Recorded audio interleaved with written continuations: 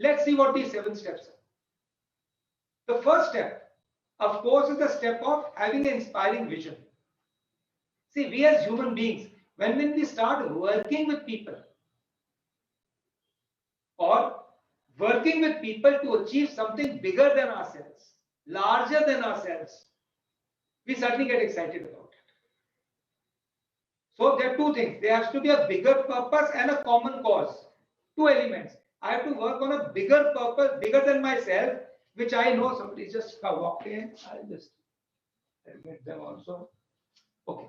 So the first thing that you need to do is find an inspiring vision which is bigger than yourself, which excites you, which inspires you. You need to be inspired, right? And inspiration comes from, inspiration is nothing but in spirit. It has to come from inside you. The spirit needs to be excited. So that is why we need an inspiring vision which inspires us, which makes us take that hurt of moving outside the comfort zone. But when we see our inspiring vision, the vision is so beautiful that we say, oh my God, this hurt is not worth, it is nothing compared to what I'm going to achieve. So having got made that inspiring vision for ourselves, we need to now next go to the next element, that is having clear, measurable goals.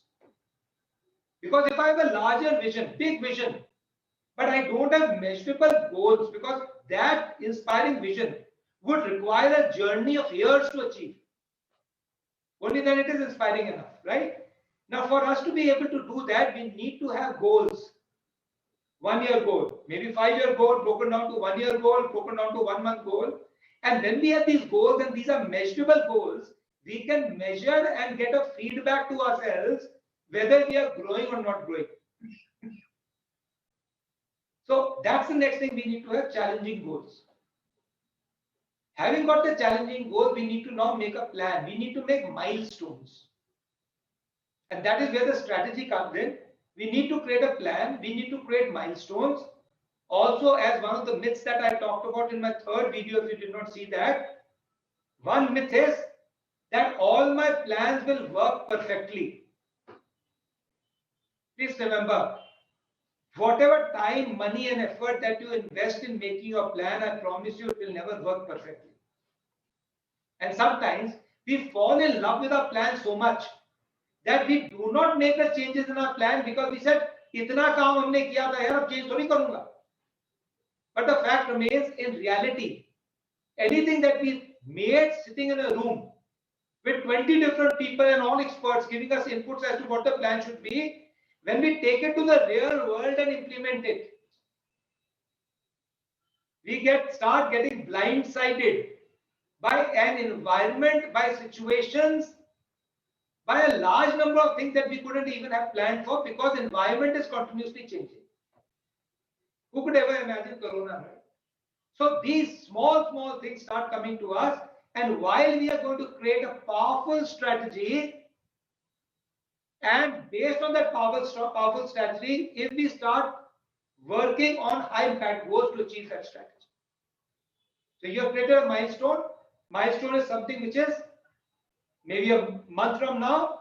To achieve that milestone, I need to do actions, and I need to do not low impact actions. I need to do high impact actions, and we'll talk about how do you create high impact actions. Because I could be very busy, but still achieve nothing in life. A lot of people say, Pawan, बहुत busy hai. I'm sorry, there's somebody else come, so I'll just. Yeah. So a lot of people say, Pawan, I'm so busy, I work so hard, but nobody respects me for it. Right? I'm achieving nothing out of it. So that's a time to kind of realize that maybe the kind of action that you are doing or what you are focusing on and giving priority may not be the right priority to give. Maybe. So I'm not taking any sides now. I'm not saying they are wrong, I'm right or anything like that. But the fundamental fact is you need to take actions which are focused towards achieving your milestones, and the action should be high impact, which only you can do and nobody else can do. And if somebody else can do, I must give it to them to be able to do it, because if I have to do everything myself, I won't be able to do much in life. So what have we done? We have created an inspiring vision, beautiful. We are creating a measurable goals. We have created a powerful strategy, broken that goals into milestones. We have also identified weekly actions that we are going to do on a high impact basis. Weekly, right? Because any growth is, as I said, incremental, week by week by week by week. Then you need to do action learning. And you also need to, having done action learning, because once you act, you aren't going to succeed every time. You are going to learn from the actions that you do. I ask this question to people in the webinars or workshops that I do. I ask them one simple question. How many of you agree? And you can just write yes, no, or whatever, right? Just write down yes if you agree to this statement that I'm going to make. We learn through our experiences. Just write down the chat, yes or no. We learn through our experiences.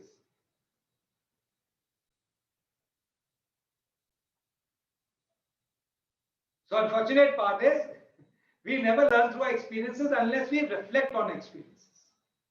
So action learning is nothing but reflection on what we did. Based on what we did, we had some learnings.